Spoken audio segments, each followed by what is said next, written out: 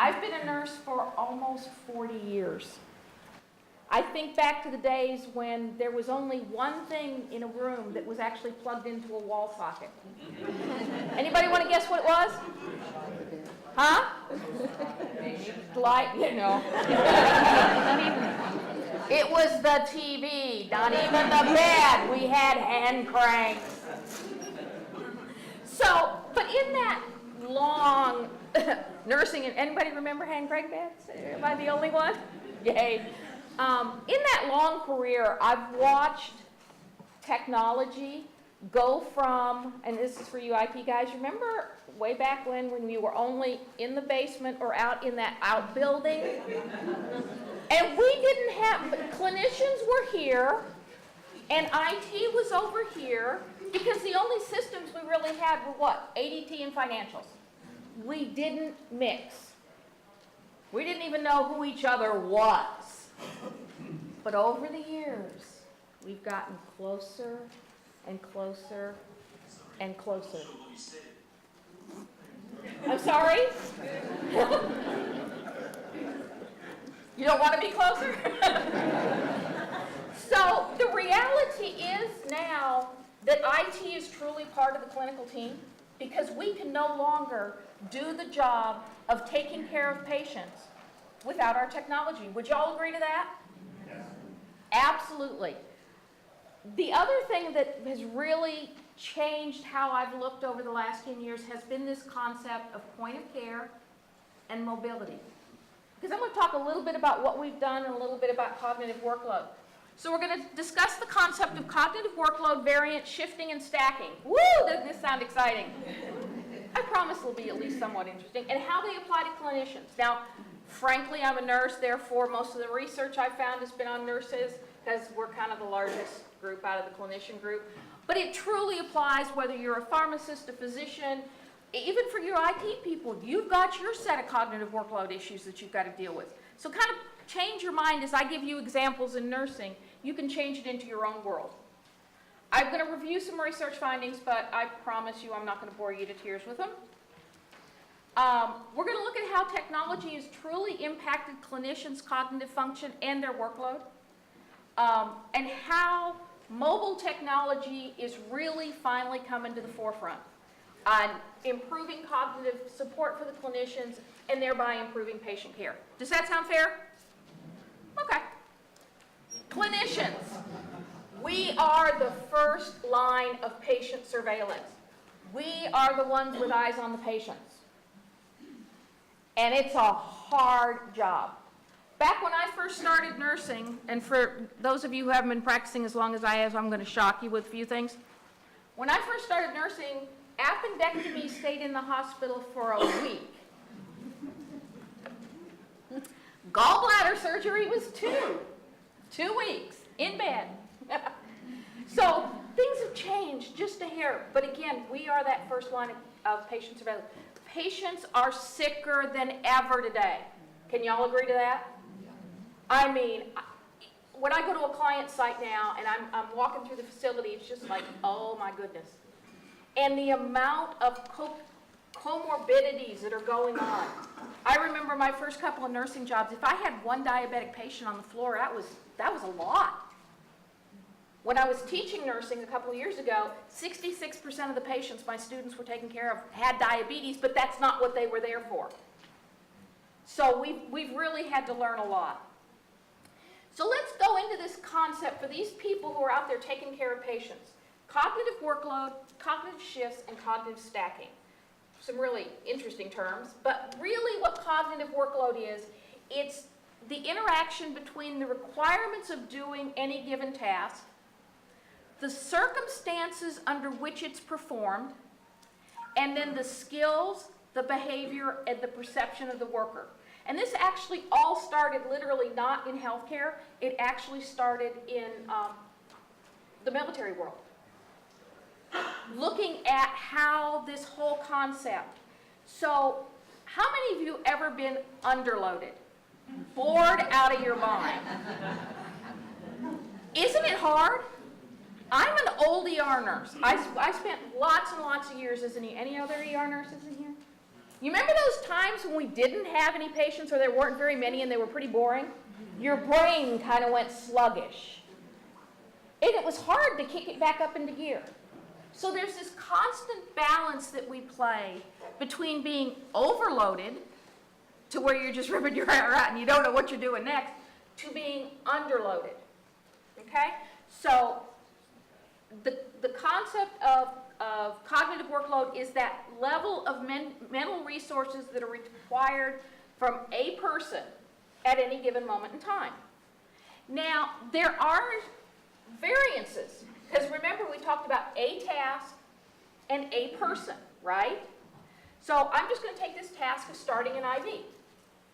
Now, if you've got a student nurse, a combative patient, and the patient's in airborne precautions, what do you think the cognitive workload on, or the mental effort that that person, that nurse, is going to have to be to get that IV started? Whoa, way up here. That's a lot of stress. But same task on a pre-op patient with a cooperative patient, and a nurse has got 10 years of experience, they're not even going to bat an eyelash at that task, right? So thinking of them, we have to think about who's doing it, where they're doing it, and how they're doing it. Cognitive shifts are basically the number of times your brain has to switch from one thing to the next thing, to the next thing. Oops, hit too many buttons there. Ah! I had this nice little thing here. Is that a cognitive shift? That was a cognitive shift in a, thank you very much. It absolutely was. Because my brain's going, oh crap, now what do I got to do? But when you're taking care of patients, think how many times a clinician has to switch between patients. We're focused on one patient, we walk out the door, somebody asks us a question, we've got to immediately change to that new patient. We take 2 steps and the phone rings and we've got to do something else. Boom, boom, boom, boom, boom. That's a lot of work. It's a lot of mental effort. Oh, look, we're going to start again, but we're going to skip by this now. Then the next concept we need to understand is cognitive stacking. So not only do I have to switch between what I'm doing, but we've got to think about the whole workload of the clinician. And again, I'm talking about nurses right now, but it's really any clinician. We have all this stuff going on in our heads. That's the what, the when, the why of delivering any kind of patient care. And it's all those numbers of things that still need to get done. And sometimes we don't like to hear that, any healthcare thing is a task-oriented, but every job is really task-oriented. If you think about it, you break it down into tasks that must be done. I guess unless you're Sheldon or Leonard on Big Bang Theory and just sit around and contemplate the universe, but other than that, you still got tasks. You got it. Anybody a Big Bang Theory person? Yeah, they would kind of like to sit around and think. We got things we got to get done, right? No matter we're IT, we're an RN on the floor, we're an RN, or any other informatics person, we got things that need to be done. So we have to remember them. Think about all the things you have to remember during the day. So first of all, there's just, for a clinician, first of all, there's the patient care activities, okay, for every one of the patients. Now, California, you guys are really nice. You've got this thing called mandatory patient loads, okay? You can't have more than X number of patients, right? What, 4? Depending on the unit. I've been to med-surg units in New York that they have 10 on day shift. Can you imagine having 10 patients on day shift in a med-surg unit? That's like, for those of us that are nurses, are just going, oh my God, I don't want to do it. So you've got to remember all the patient care tasks that have got to be done, okay?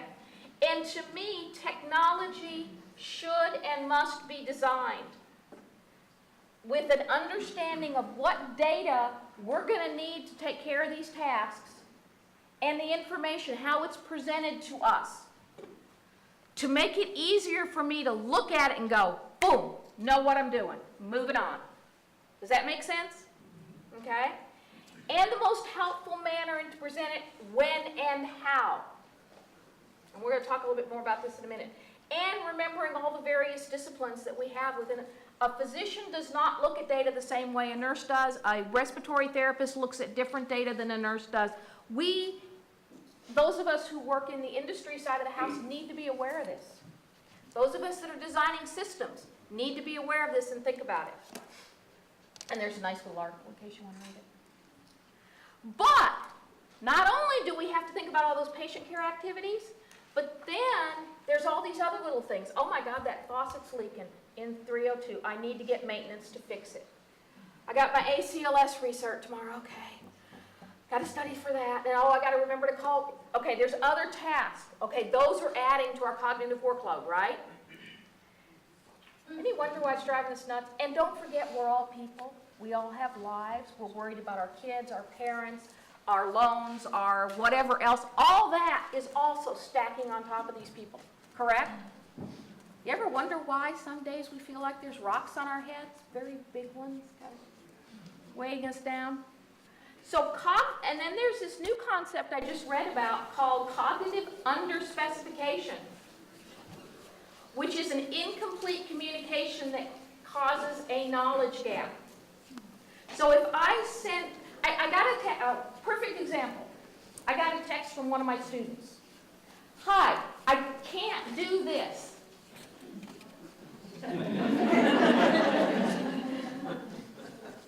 All I got is a phone number and a little note in my text box, and I'm like, well, that's really nice. Who are you? And what can't you do? Do you see what that cognitive underspecification? She knew in her brain, I guess it's a her, I'm not sure, I never see my, yeah, I keep lying. But she didn't give me enough to give me an answer. So we really had this underspecification or an incomplete communication. So it took like 3 texts to pull out enough information for me to actually find out there was a question in there and that I needed to answer it. But that took a lot of work on my part and time. Whoops. So a couple research findings. Oh darn, we had a little sign-up thing here and I didn't start it. Or tell me what time it is. So this is all done on nurses. It's a cognitive workload. This was an observational study. They did 2 units and they spent 136 hours just watching nurses. That must have been fun. If you ever done observational research, you know that is really tough. They saw in these people 1,354 total interruptions, an average of 6 minutes between interruptions, 200 total errors, 1.5 average errors per hour, 46 hours of multitasking, and 30% of the time they spent multitasking. Scary. A second study, which was primary observations, semi-structured interviews, and surveys, average nurse worked at that point 8-hour shift. Average task time was 3.1 minutes. Every 3.1 minutes they were changing tasks. And they were still interrupted an average of 8 times per shift. So even though the task only took 3 minutes, they were still interrupted. That's a lot of interruptions.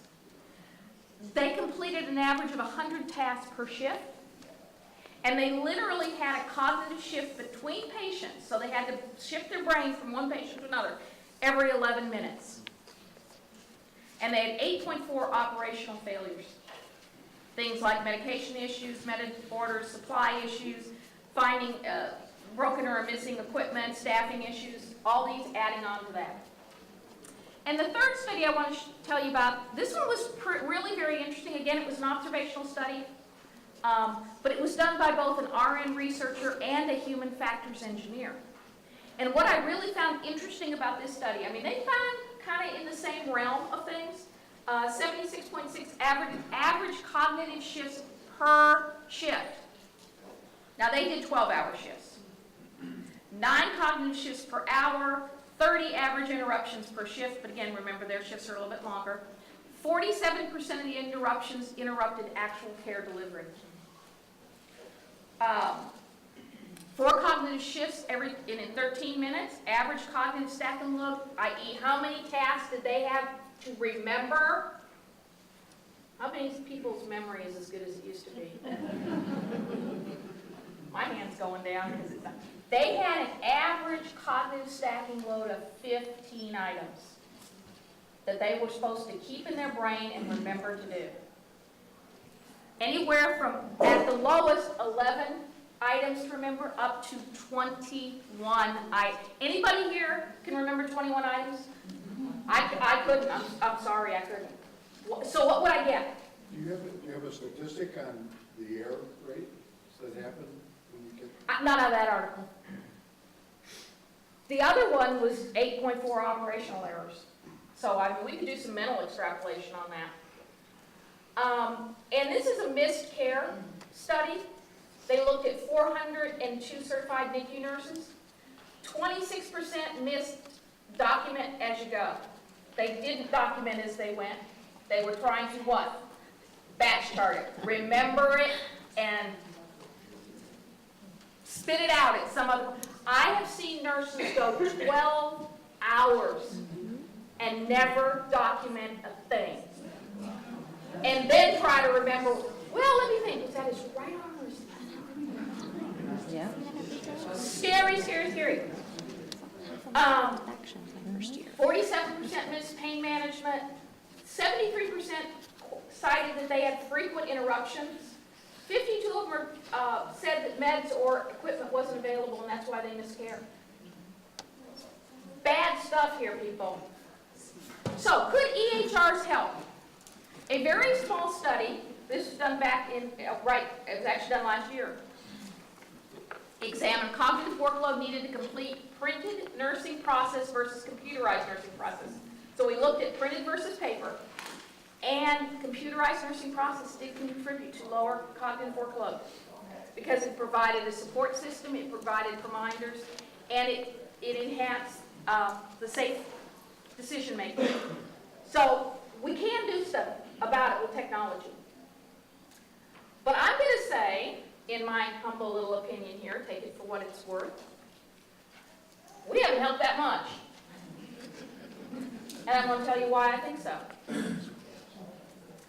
Well, and I'm going to tell you why a few other people think so. So this was actually a quote from AHRQ. Evaluation of the impact of healthcare IT on quality and safety show mixed results. The main reason seems to be a lack of integration of healthcare IT into clinical workload, most importantly, in a way that supports the cognitive workload of the clinician. Okay? Someone asked you a question. How many of you have a smartphone within reach right now? How many of you don't have a smartphone? Will you admit it? Anybody? One person? Not, okay, I don't see a single hand in here that doesn't have a smartphone within reach, except for me because mine's down there and I'm starting to shake. Why? Why do we have our smartphones? Somebody holler out. Manage data. Manage data. Convenient. Communication. Extensions of ourselves. They're extension of ourselves. Yeah. Portability. Huh? Portability. Portability. Games. Games. I like games. Games. I can talk a long time. Yeah, you got something to do. I think warnings. Warnings, reminders. Where's my next? Where do I need to be next? What time's my flight? What gate do I go to? It gives me what? Lots of cognitive support. I don't need to remember it because I can go look it up or it's going to tell me. Right? How many of you use your smartphones for that? So let's talk a little bit more about this. Technology. Is this not what we want care to look like? Anybody disagree with this? If this is your baby or your daughter, is this what you want it to look like? What do we get? We get a computer in the way. And anytime we are away from that thing, can y'all hear me okay? I was going to say, I don't need no stinking mics. Anytime, right now, think about your clinical environment. Anytime we step away from the computer, it's now useless to us. If there's a reminder, do we see it? Do we get it? No. If there's an alert, an alarm, unless it comes to something on us, it's useless over here. Is that correct? Y'all agree? So what do we get? This is what we get. I love the fact that in 2015 and 16, I'm seeing EHRs and they still have their paper. They still have their paper. I challenge you, go into any facility in this country, I don't care what their EMR is, and ask the nurses and the respiratory therapists to turn out their pockets, and you're going to find this. Do you agree? Why? That's the brain. That is their brain. That is their reminder. That is everything. I'm going to pull it out and I'm going to look at it. Because why? The stuff that's in the computer is either A, too hard to get to, or it's somewhere else. And that's why I'm saying we haven't done a good job. And documentation does impact timeliness of care. I love, this was a blog. When a nurse is ready to give a premeal insulin dose but has to track down the nursing assistant to find the last glucose, care is compromised. Do you agree? Have you ever seen people have to do double duty because it's been done but it hasn't been documented, therefore it isn't, and it's not ready for somebody else? That is a waste of time and effort. Do we actually want hospitals that look like this? I mean, I don't want to see what that woman's back is going to be like in 20 years from now.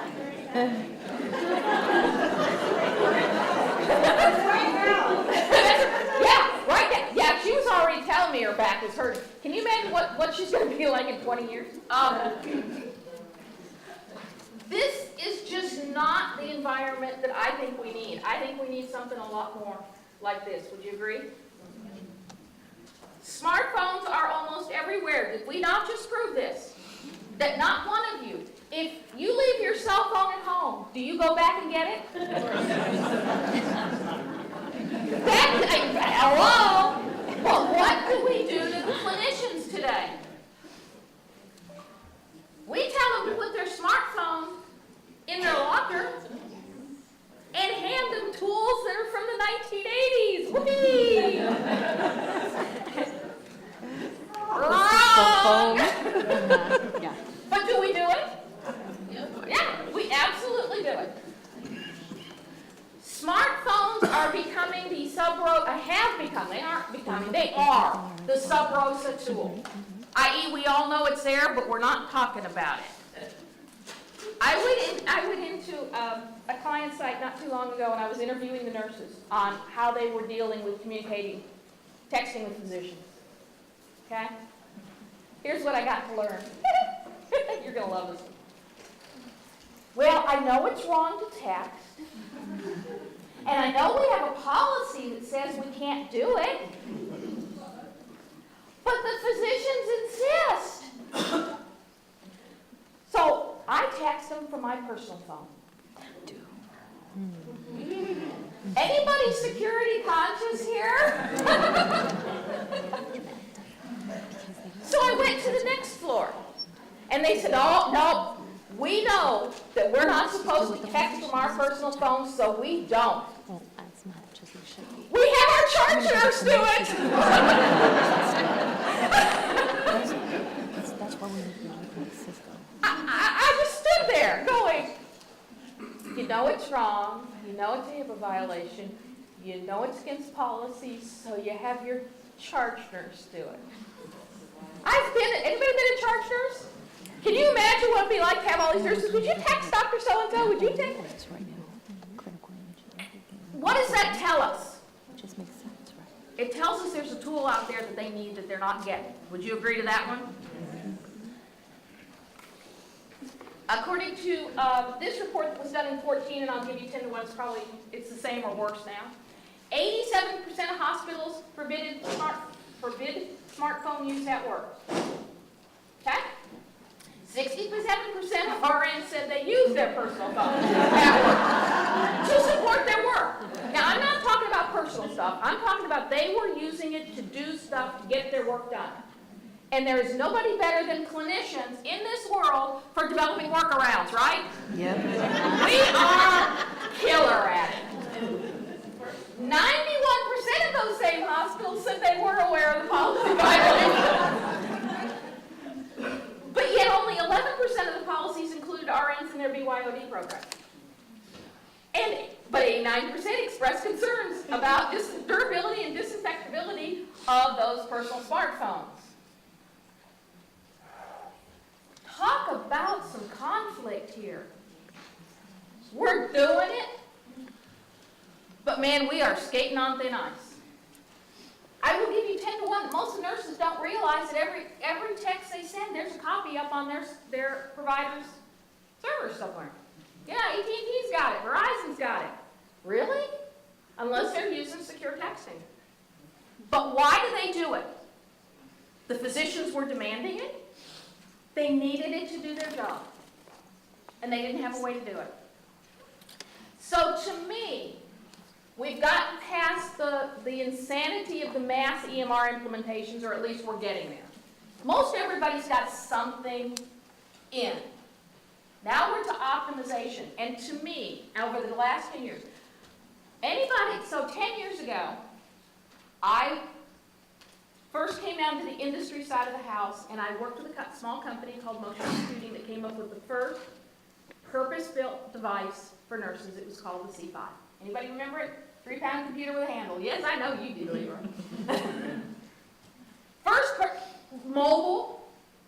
Okay, wasn't a commercial success for a couple reasons. Number one, wireless wasn't ready for it back 10 years ago. Think about wireless 10 years ago. Wasn't ready. And they were trying to run the entire EMR onto a 10.4-inch screen. Hello, bifocals. But to me, the concept was right.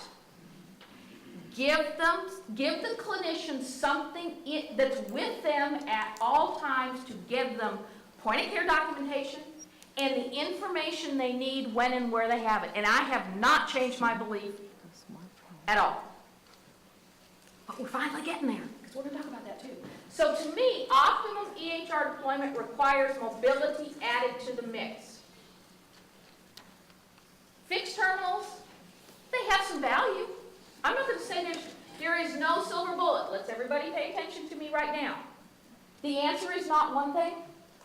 It's a combination of things. Would you like to write a school paper on your cell phone?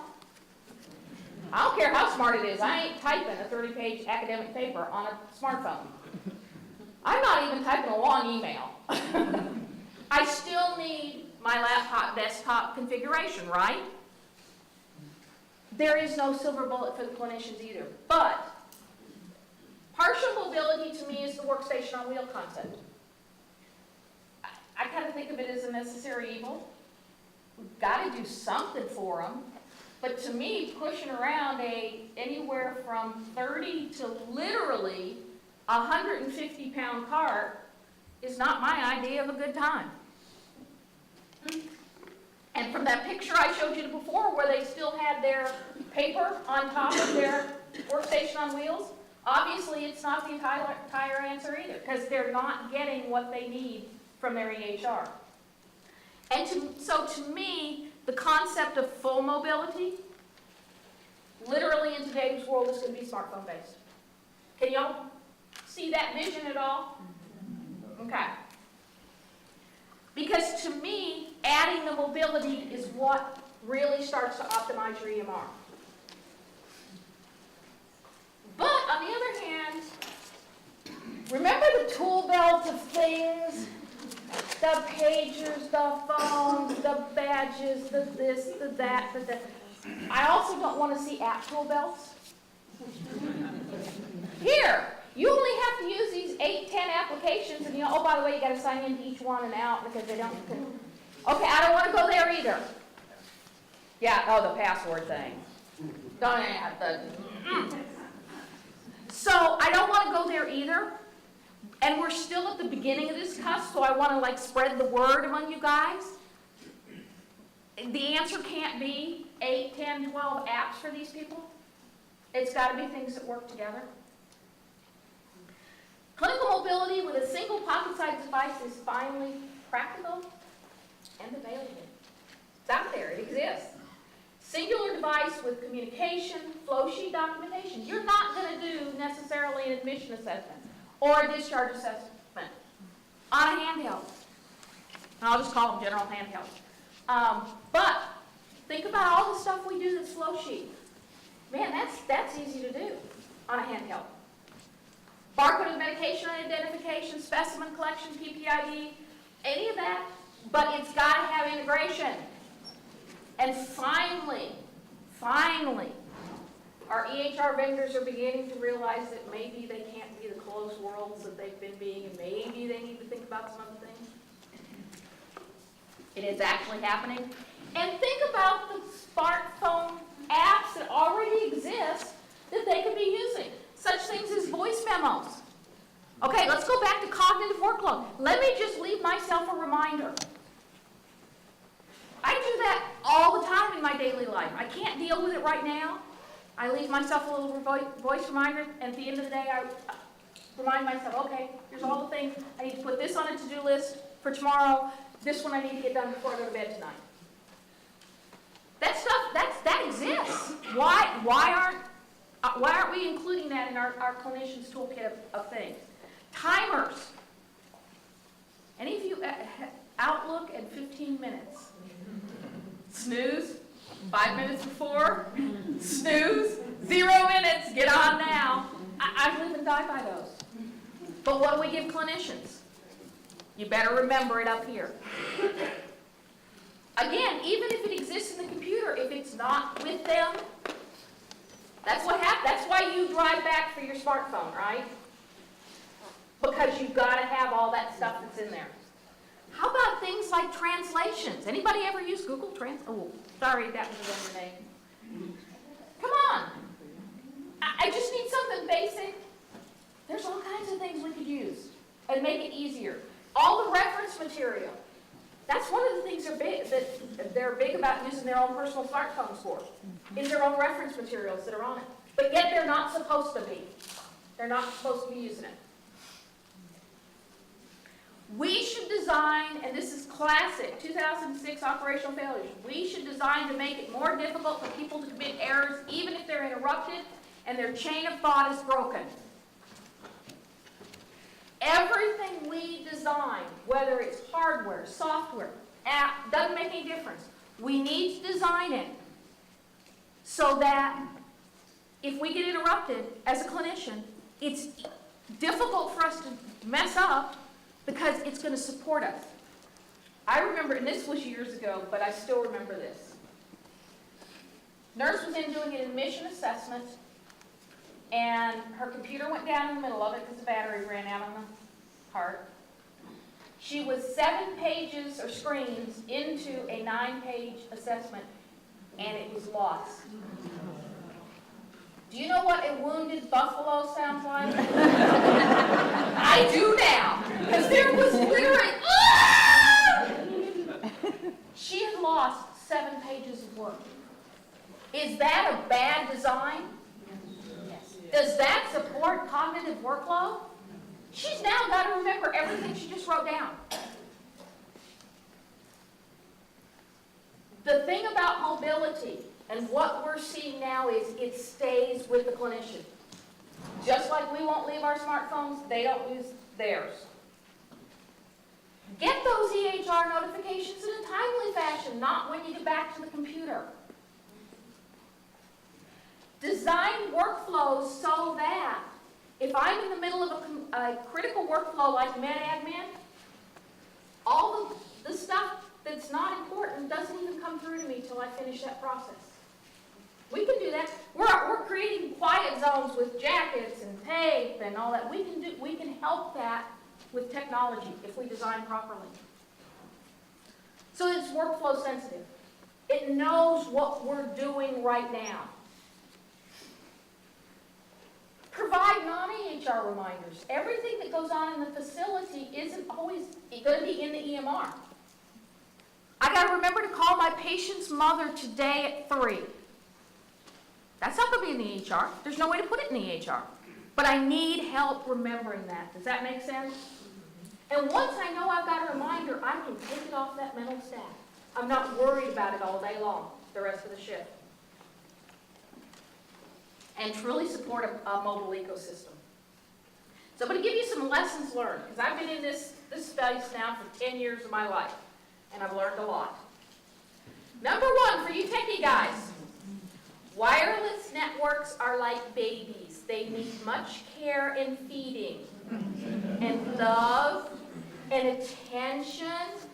And the reason I say that is, what happens 5 years ago when it's a nice wide channel and there's not much over the years? There's, oh, we bought some pumps. Oh, we added a guest network. Oh, we added this to the network. If you don't pay attention to it for 5 years, suddenly nothing's working. And people are wondering why their barcode medication administration compliance rates are slowly sinking. Because they're sitting there waiting for the spinning wheel, and finally they give up and say, no, I'm getting out of it. So please remember, they really need a lot of care and feeding. Communication strategies have changed. From a nursing perspective, up until just recently, the standard question when we talked about communication nursing was, how many phones do you need? Send out a form, right? Anybody agree with me? How many phones do you need on that unit? We need 10. Okay, communication's done. Check. Your phones will be here in 3 weeks. Pass them out. We're good. When you're talking about changing communication strategy, adding secure texting, changing how things are going on smartphones, you're really talking about a lot more change than you are ever going to think of. So there's a lot of questions you're going to have to ask that need to be asked. Like, okay, if for 20 years the charge nurse in ER has carried extension 4244, how are we going to do it in the smartphone world? If the extension goes with not with the phone, but with the person. Ooh. And I'm not charge nurse every day I'm here. How are we going to do that? There's lots and lots of things that have to ask, but it's more than that. We really want to strive for single device and single clinical applications as much as possible, or that they can work together so that the application switches are seamless to the clinicians. They don't care what happens in the back end, as long as it's easy and it doesn't impact their day, right? They don't care whether they're in app A or app B, as long as when they just hit that button, app B came up, they didn't have to log in, it just went in there and life was good and I just kept my work going. I'm good. EHR integration is obviously essential, we all know that. A defined rollout process. When you're rolling out smartphone technology, it's going to be a lot different. Things are going to be asked of you, questions that you've never thought of, like how are we going to handle it? Who does this person contact? How do they get a hold of this person? How do they get a hold of physicians? We never really thought about that. We just told them how many phones we wanted. Now we have to think about some new things. And communications and workflow are married. You can't do one without looking at the other in today's world. Got to have a device replacement plan. These things aren't going to last 15 years. So what's your device replacement plan? You need to have that from the beginning, and a mobile device management plan. I've seen some facilities out there who have rolled out so that every time there's an upgrade, you have to touch 100 plus devices. Not a good idea. Bad idea. Got to make sure you have that. Vision. Vision is the ability to see. It's an image or insight of how something could be or should be in the future. What I hope is I've given you a little bit of vision into what the future is with mobility. And that you can start asking questions about it. So I thank you very much for the gift of your time today. I hope you learned